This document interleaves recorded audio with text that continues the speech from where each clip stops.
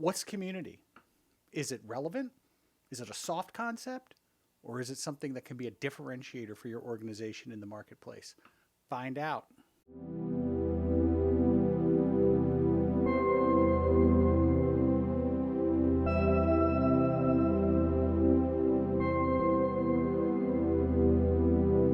Hey, everybody. Welcome to the Courage Economy. I think we're on episode 10. Today, we're going to be talking about community, the fifth pillar and the second outcome of the Courage Economy framework. So everybody thinks that community is sort of some squishy, soft concept. It's not.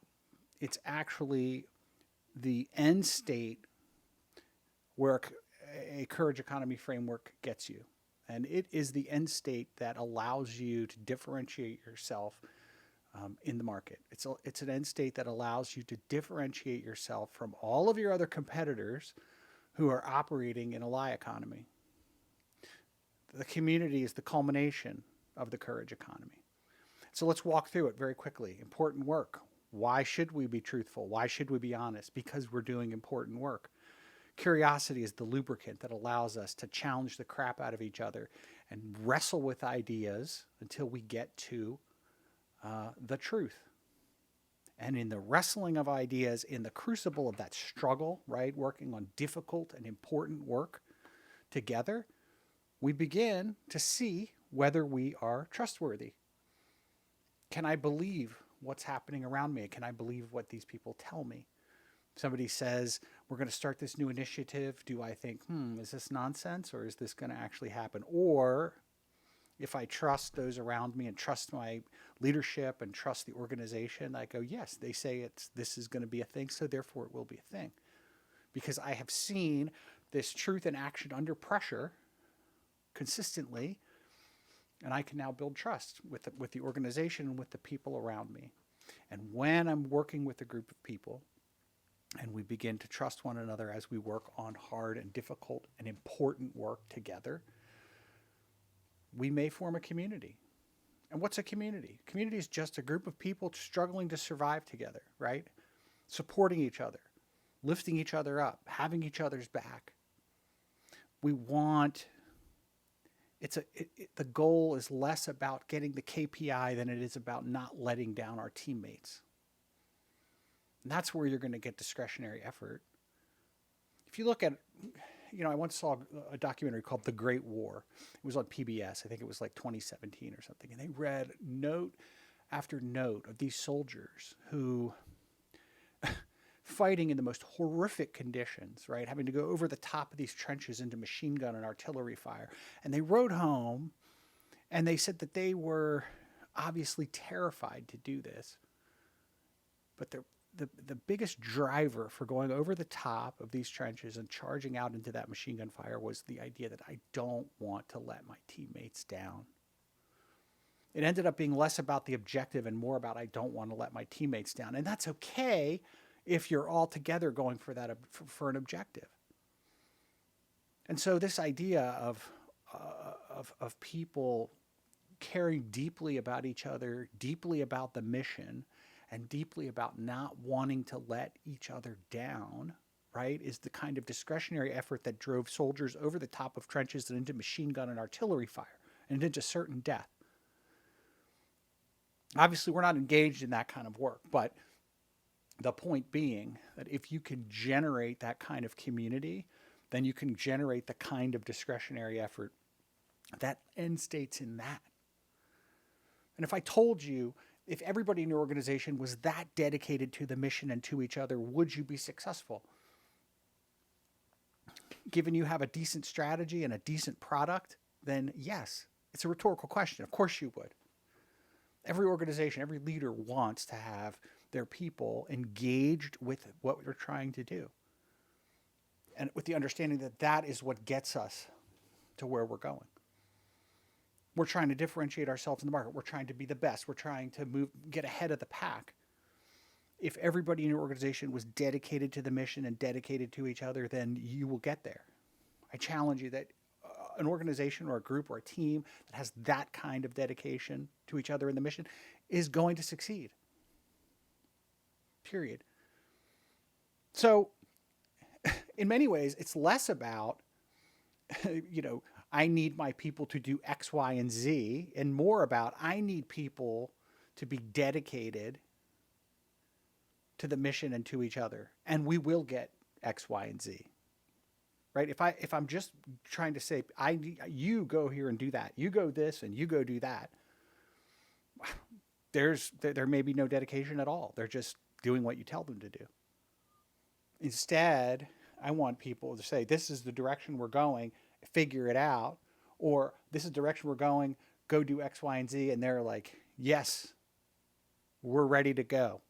We're ready to take care of it. So, as a leader, as an organization, your objective should not necessarily be, I need to get these people to do what I want them to do. I need rather to get people to do what needs to be done. And there's an important distinction there. And so when we engage in hard and difficult work, when we approach each other in the work with curiosity and with genuine challenge, we begin to develop trust, and then we may begin to develop a community. And this community is what I'm describing. And the benefits of community, like that discretionary effort, that's not the only benefit. You end up having a network effect that lasts well beyond whatever it is you're doing. The relationships people build in doing difficult and important work together, when they move on to different jobs and different, parts of the organization, who do they call? They call someone they trust. When something needs to be done, it needs to be figured out, they call someone they trust, right? And that's the people that were on their team. So that networking effect is enormously powerful for your organization, and it has far-reaching positive consequences well beyond whatever KPIs you're working on right now or whatever project you're working on right now. The other thing that building this kind of community does is it ends up being a sort of self-policing organization. Right? When you struggle with each other and trust is formed through that struggle, the idea of lying to them becomes intolerable. You're not going to lie and politic around the people who you've been through the fire with, who've picked you up when you've fallen down and you've picked them up when they've fallen down. Behaviors that aren't aligned to where we're trying to get as an organization end up being policed by the community itself. They start saying, Bob, no, that's not how we work around here. This is how we work around here. And so the networking effects and the self-policing quality of a community have, again, far-reaching effects beyond whatever it is you're trying to accomplish in this moment. And so the courage economy is not just about becoming a maximally truth-telling organization. Really, it's about becoming a community. And I know that sounds squishy and soft and like, oh, that sounds like one of these things that some OD guy would think of, right? But it's not. It is a pragmatic, useful, and valuable tool or end state that's well beyond squishy, affirmations or some kind of ambiguous outcome that HR people would talk about. That's not what we're talking about.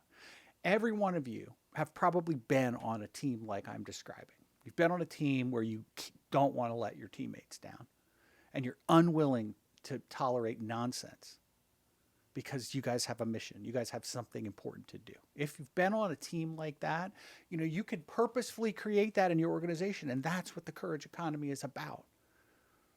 Right? It's not about a bunch of like woo-woo, hoo-woo-y stuff. That's not it at all. It is a maximally pragmatic and maximally pragmatic operating system for your organization. So, over the last 10 episodes, we've been through the framework. Important work, design productive struggle, curiosity, challenge, trust, community, right? And obviously going forward, we'll touch on these things again and again, but if you're here right now, look at the old videos and bring yourself up to speed on the courage economy. Hit me up on thecourageeconomy.net. That is the home base for the courage economy now. Thecourageeconomy.net. Links in the description. The book is coming out. October 15th is a release date. You can pre-order. There's a pre-order button on thecourageeconomy.net. Go check that out.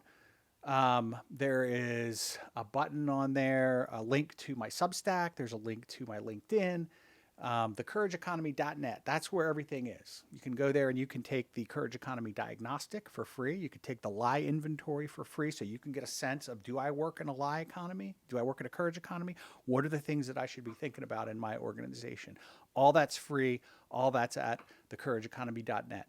Like, subscribe, hit the bell, and share this content. We're trying to start a movement eliminating the lie economy one leader at a time. The courage economy, where truth is the default. Thanks, everybody. Have a great day.